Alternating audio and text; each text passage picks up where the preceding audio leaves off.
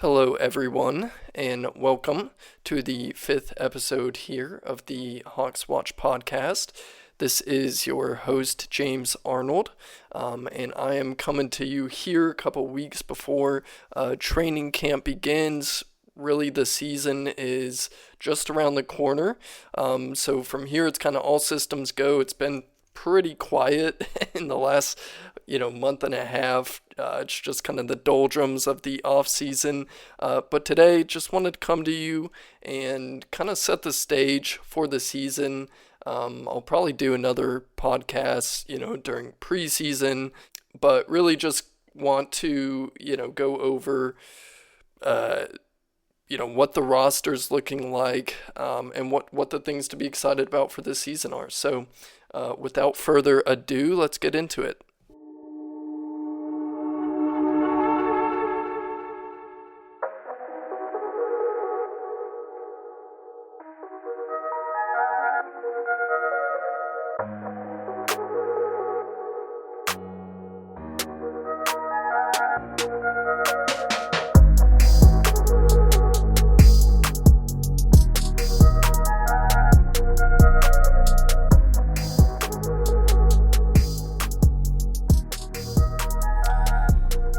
So, as far as, I'm going to start off here with just some predictions for this season. So, going over, the projected win total for this team, I've kind of broken it up in a couple different ways. Of course, this is barring catastrophe and injury, etc. So I'd say the median outcome for this roster this year in the regular season, the 82 game season, is probably just above 500.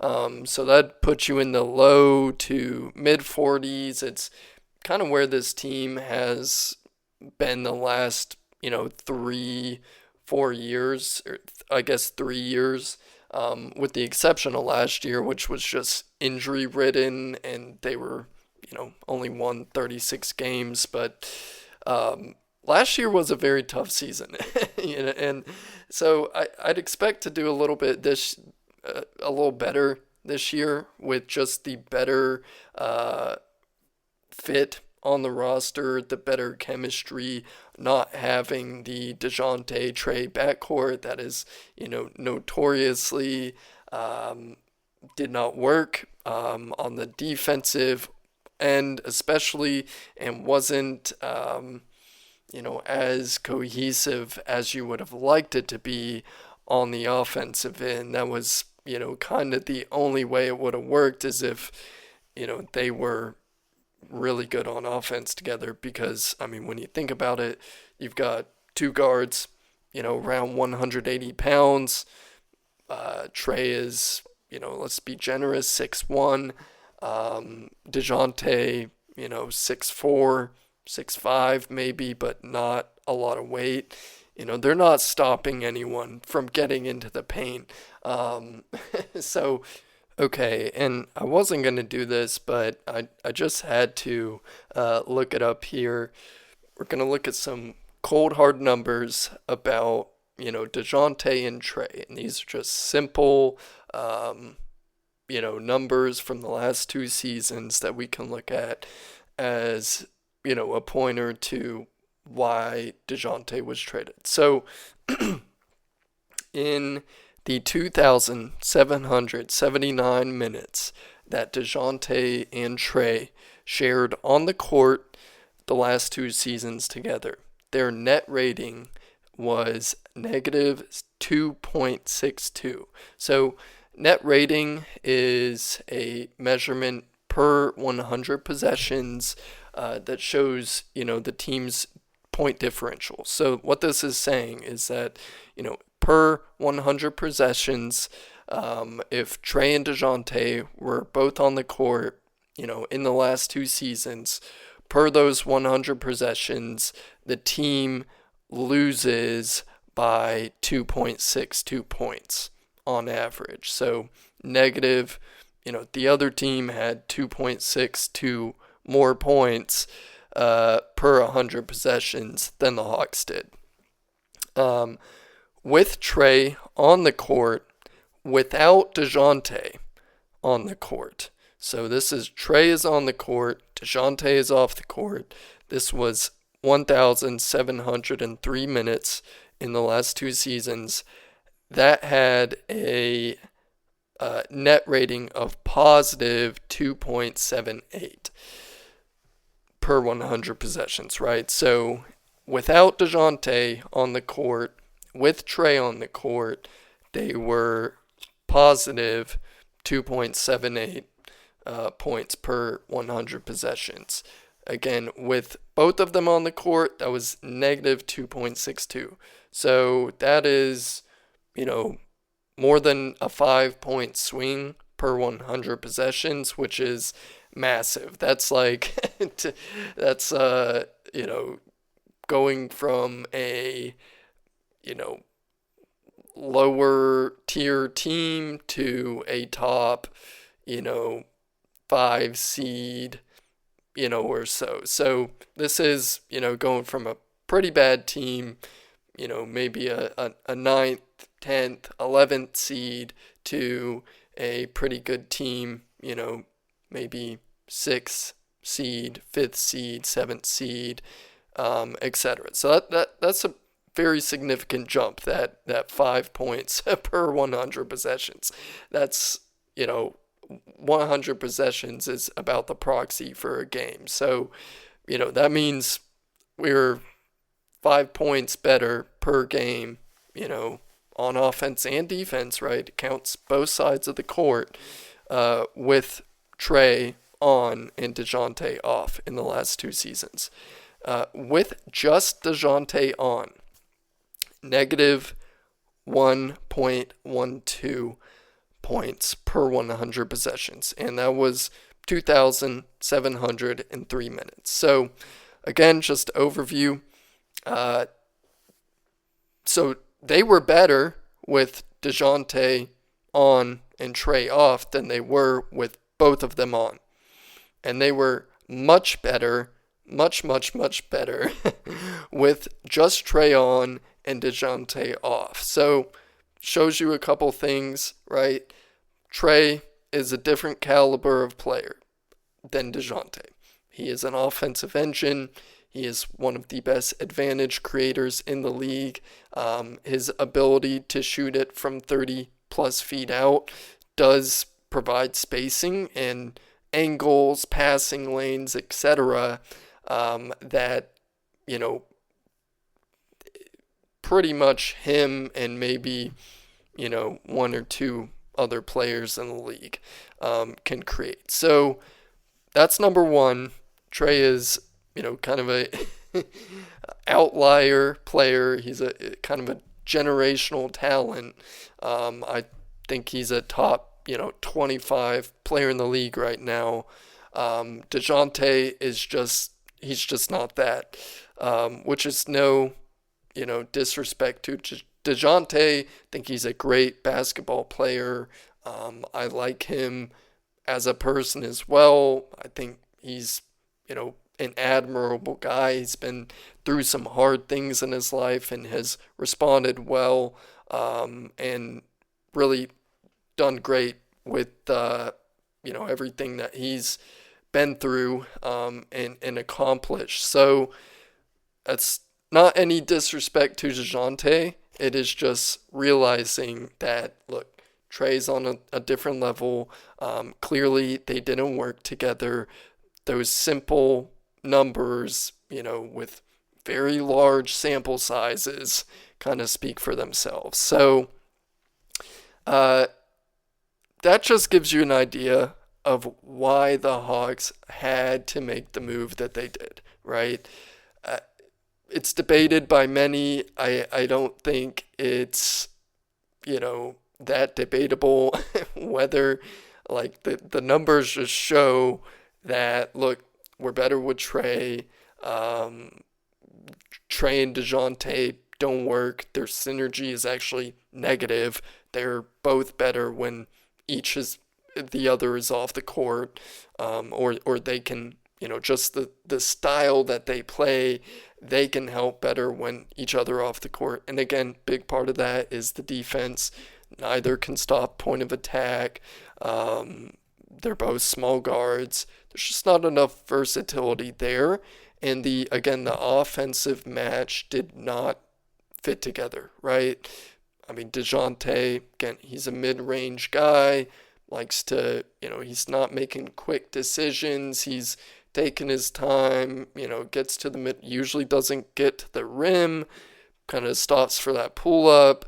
He's not, a great passer or, again, making those quick decisions to where you're driving all the way into the paint, getting to the rim, then kicking out to Trae, right, for an open three. We just did not really see that. It's their games just don't work together. And then on the defensive end, pretty self-explanatory.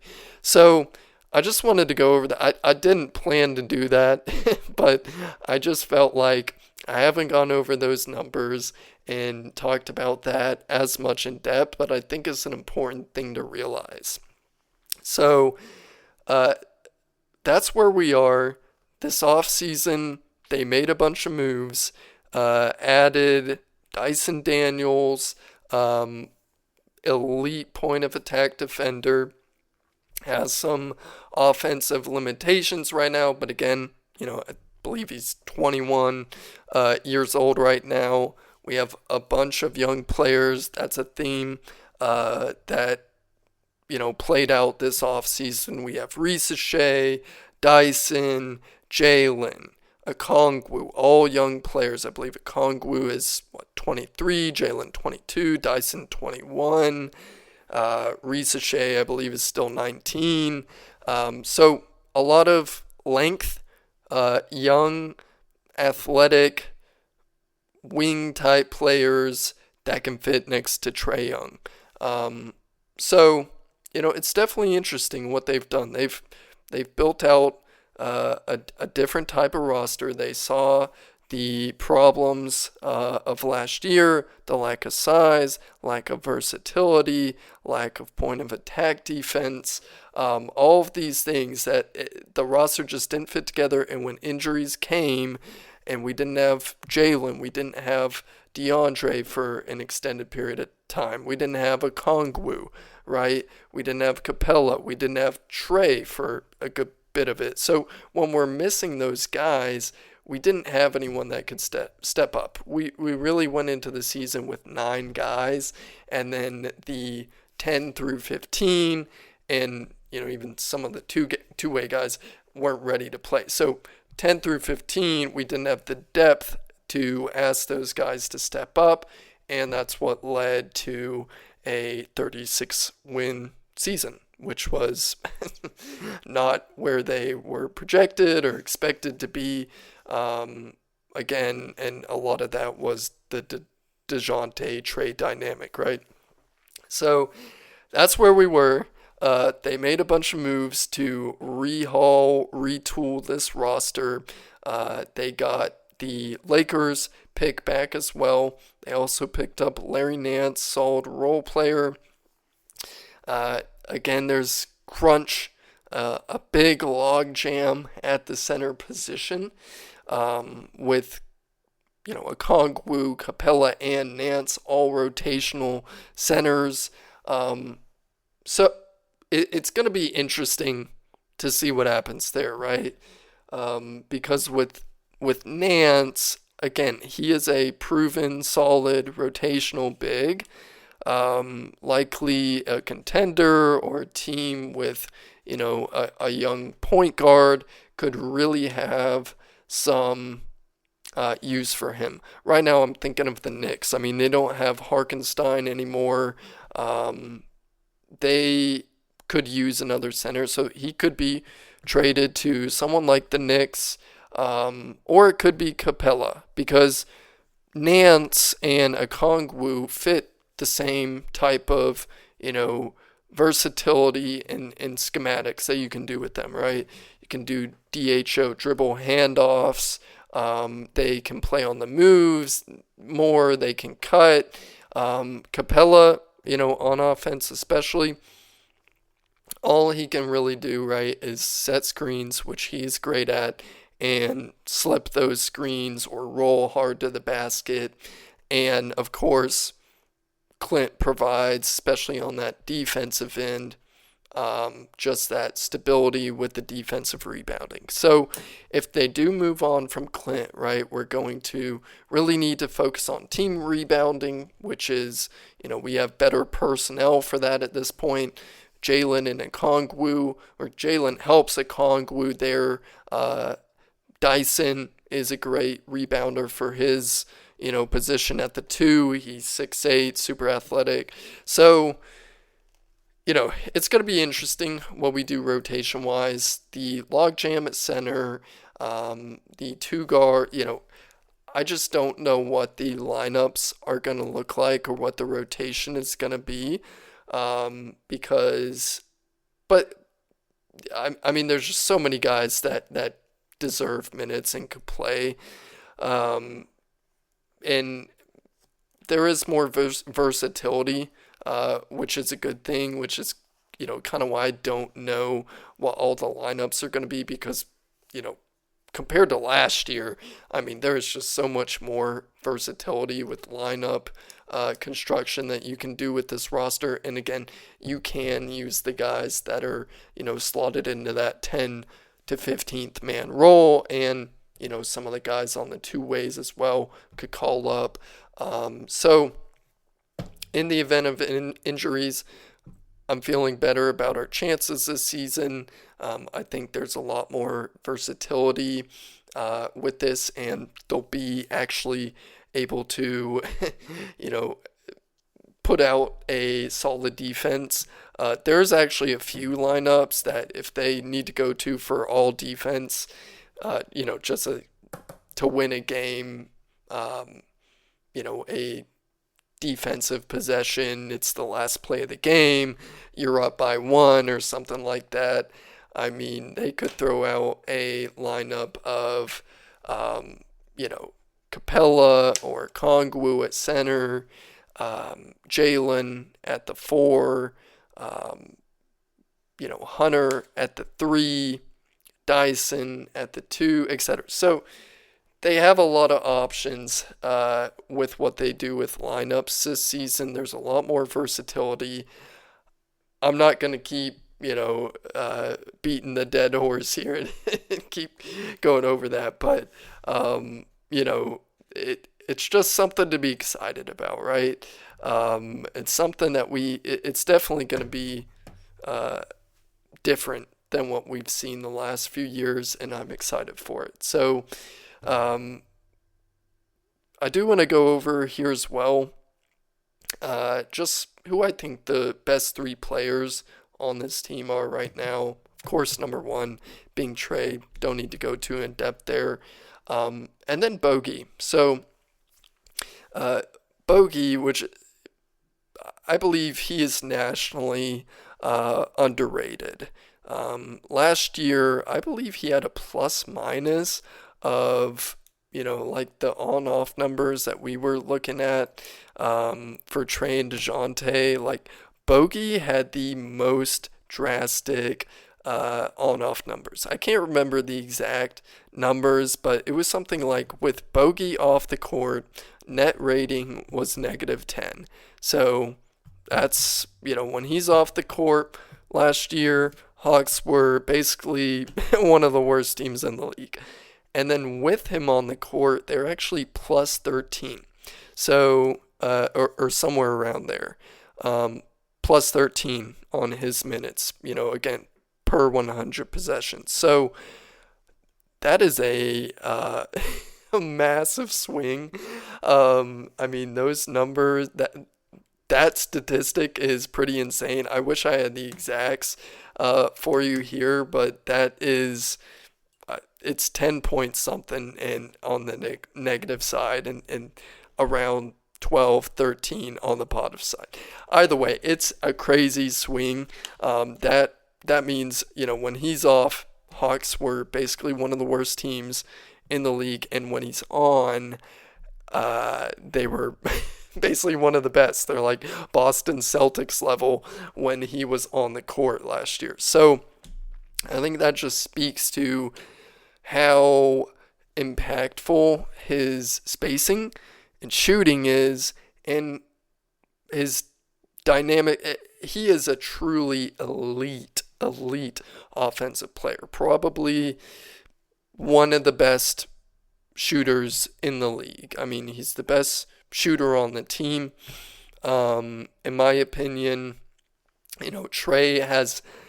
Trae's shooting is also incredible. It's a little different, but as far as putting that ball in the basket from, with a hand in your face, like I'm taking Bogdanovich. He's a just elite shooter, one of the best in the league right now. So that provides a lot of spacing, which allows Trae to get through seams.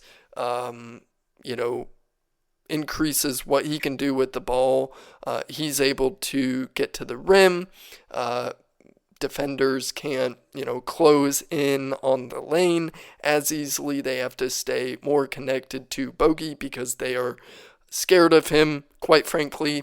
So it allows Trae, the point guard, or, whoever's handling it, more space to operate with, opens up more passing lanes, and then, of course, his elite shooting just really increases the offensive efficiency, etc. So offensively, it's great, and then defensively, depending on how healthy that knee is, he does his job. He knows how to. He's a veteran. He knows where to be. I'm not going to say he's a great athlete that is just a defensive stopper, but he's not a huge negative on defense, right?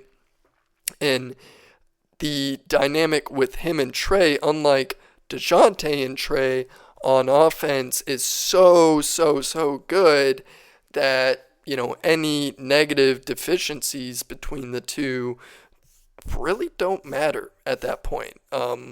So it's just him and Trae fit so well together, and I think Bogey's really underrated. So really excited to see what he does. Again, I don't know if he's going to start at the 2 or if they're going to bring him off the bench, but as long as he is healthy and they can manage that knee that's been an issue for him over the years, as long as they can manage that, I mean, there's no reason he's not going to play 30 plus minutes a night. Again, you do want to manage his minutes just because of that knee, but I mean, he can play 30 minutes. He's the second best player on this team today for me, without a doubt.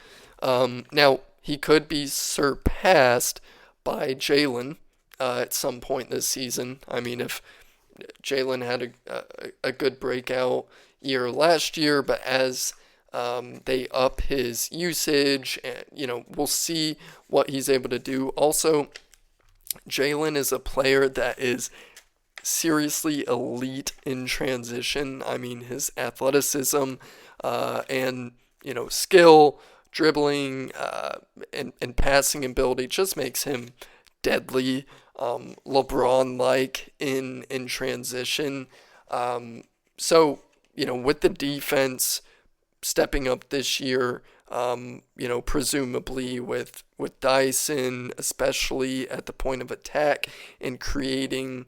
I saw, I forget what statistic or what it was exactly, but based off of, I believe it was Basketball Index put out that Dyson's number 2 in the league as far as defensive playmaking, based off a number of factors, including steals, blocks, deflections, all these different things, culminating all of that together.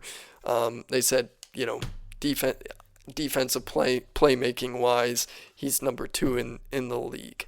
So, regardless of where he stacks up there, he is a great defensive playmaker.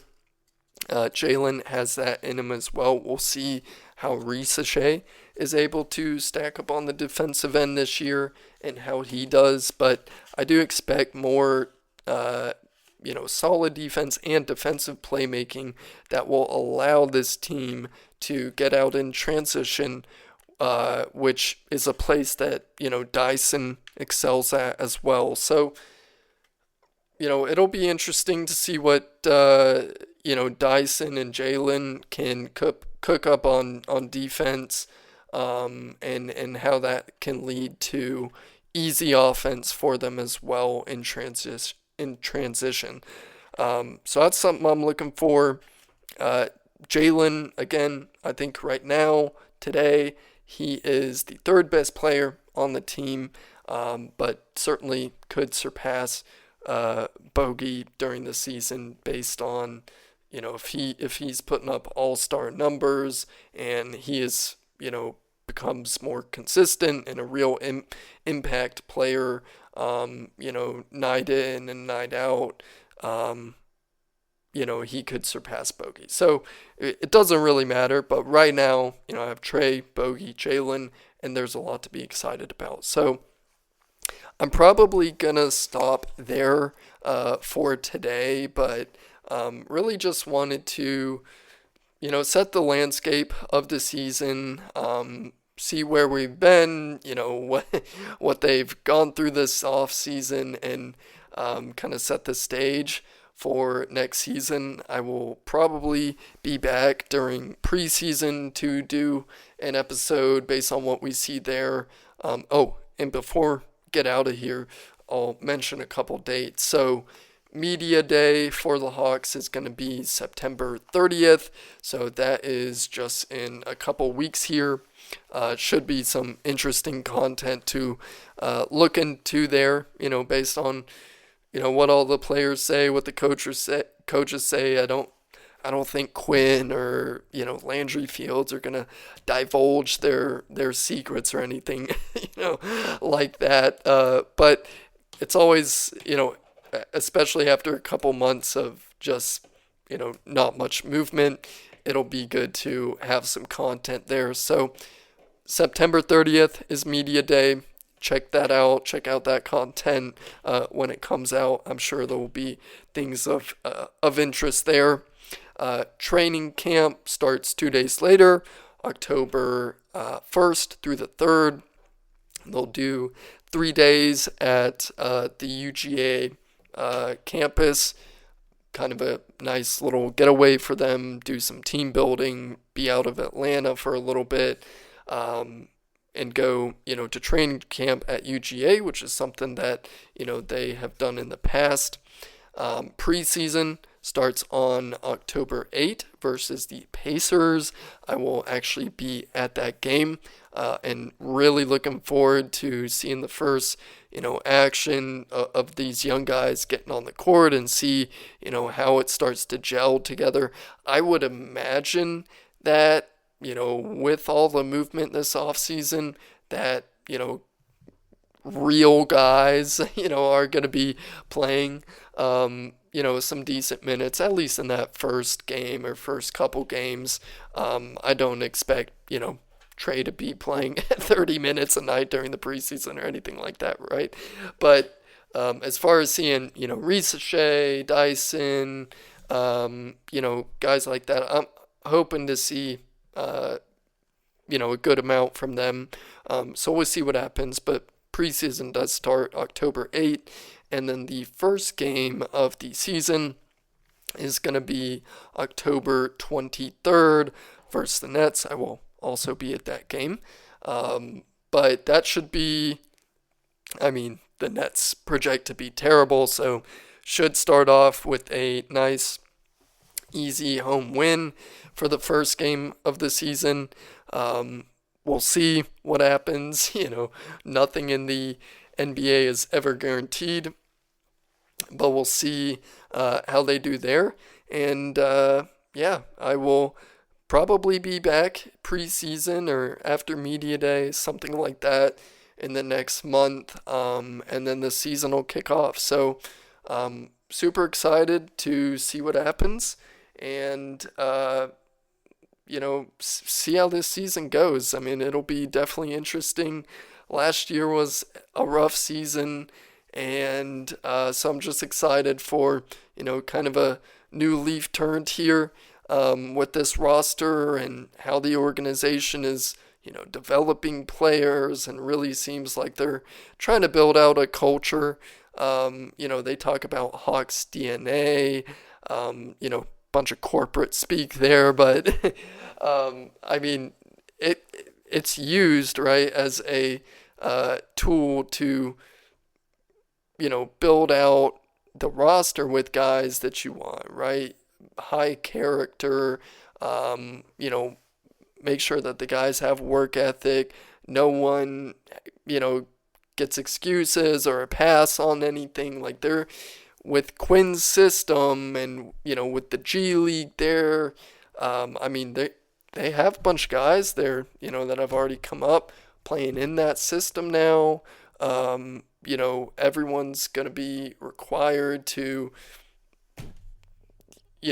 sprint up and down the floor, play, everyone's going to be competing for minutes. So this is not, no one can take nights off. It's not, some of this feels like the last couple seasons, some nights the Hawks will come out lacking motivation, things like that. I don't think there's much room for that at this point, and the culture seems to be shifting, with everything that Quinn and the, upper management of this team has been trying to instill, which is something that, really hasn't been seen since the Budenholzer days. And so it'll be interesting to see how this season goes. I'm excited for it. But with that, I will stop talking here. And I will talk to you guys here in about 4 or 5 weeks, most likely. But hope everyone is doing well. Again, this is James Arnold, host of this Hawks Watch podcast. You can follow me on Twitter at HawksWatch99. And thank you for listening. I hope you have a great day. Take care. Bye-bye, everyone.